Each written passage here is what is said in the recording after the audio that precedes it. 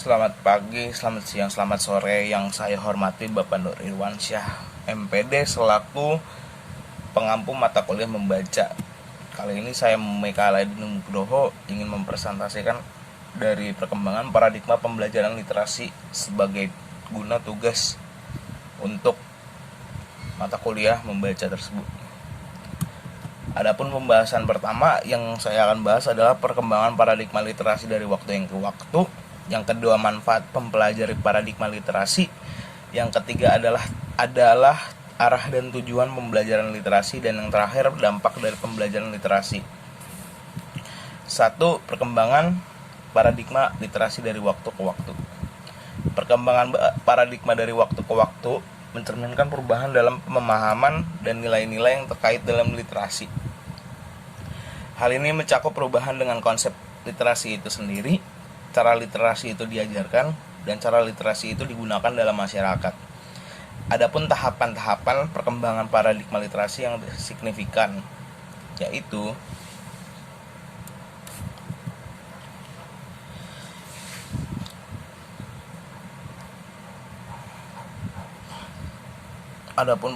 perkembangan literasi berkembang dari waktu ke waktu sehingga memunculkan paradigma yang baru, seperti contohnya literasi tradisional, literasi fungsional, literasi krisis, literasi media, literasi informasi, literasi multibudaya dan bahasa, literasi digital, dan literasi transmedia. Yang kedua kita membahas adalah manfaat mempelajari paradigma literasi. Sejalan dengan perkembangan terbarunya paradigma literasi, fokus pembelajaran literasi hendaknya mulai bergeser ke arah sosial budaya.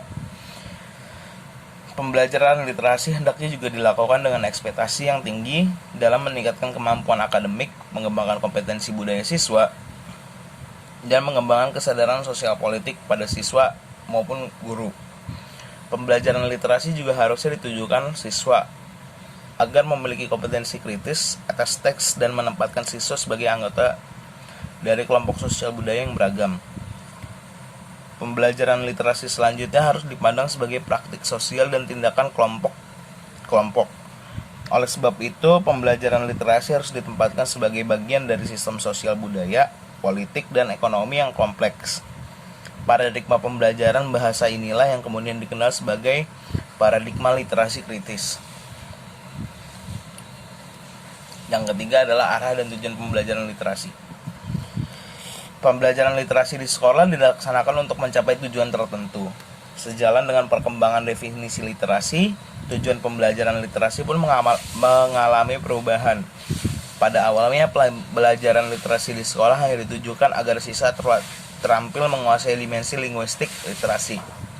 Dimensi-dimensi linguistik yang diharapkan dapat dikuasai oleh siswa antara lain sistem bahasa yang mencakup fonem, morfem, gramofonemik, morfofonemik, dan sintaksis, konteks bahasa, dan variasi bahasa.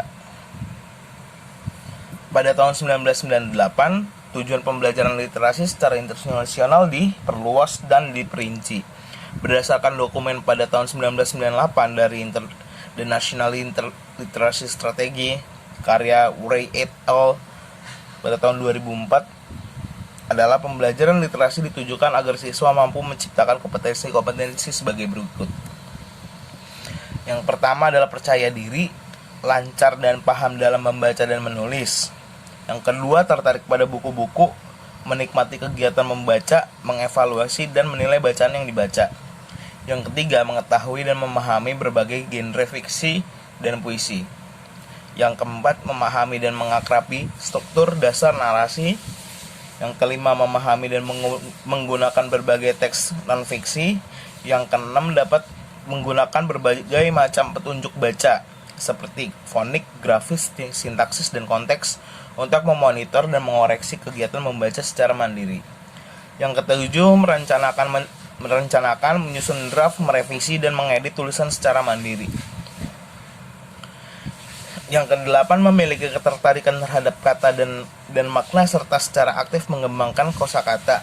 Yang kesembilan, memahami sistem bunyi dan ejaan serta menggunakannya untuk mengeja dan membaca secara akurat. Yang kesembilan, lancar dan terbiasa menulis tulisan tangan.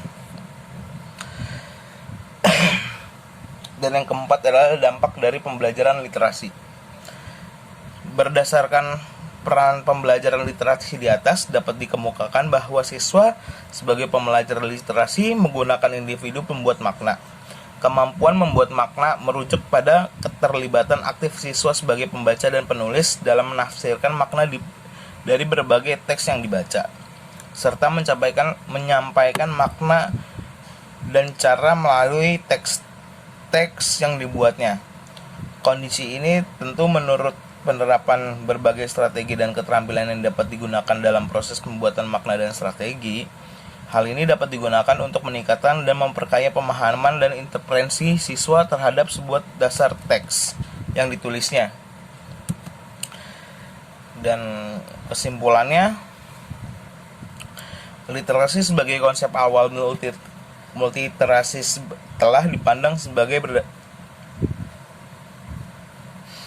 literasi sebagai konsep awal multiliterasi telah dipandang berdasarkan berbagai sudut pandang pembelajaran yang berbeda.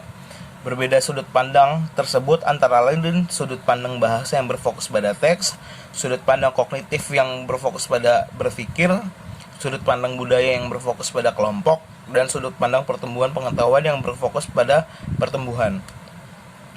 Dalam sudut pandang kognitif, pembelajaran literasi ditujukan agar siswa mampu menggunakan berbagai proses dan strategi mental untuk membentuk makna tertentu berdasarkan teks, tujuan, dan audiens.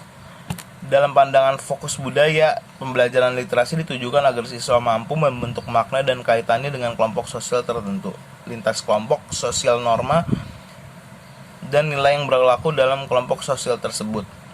Dalam pandang terakhir, pembelajaran literasi ditujukan agar siswa mampu mengembangkan dimensi literasi yang dimilikinya hingga mampu menegosiasi makna yang terkandung dalam teks.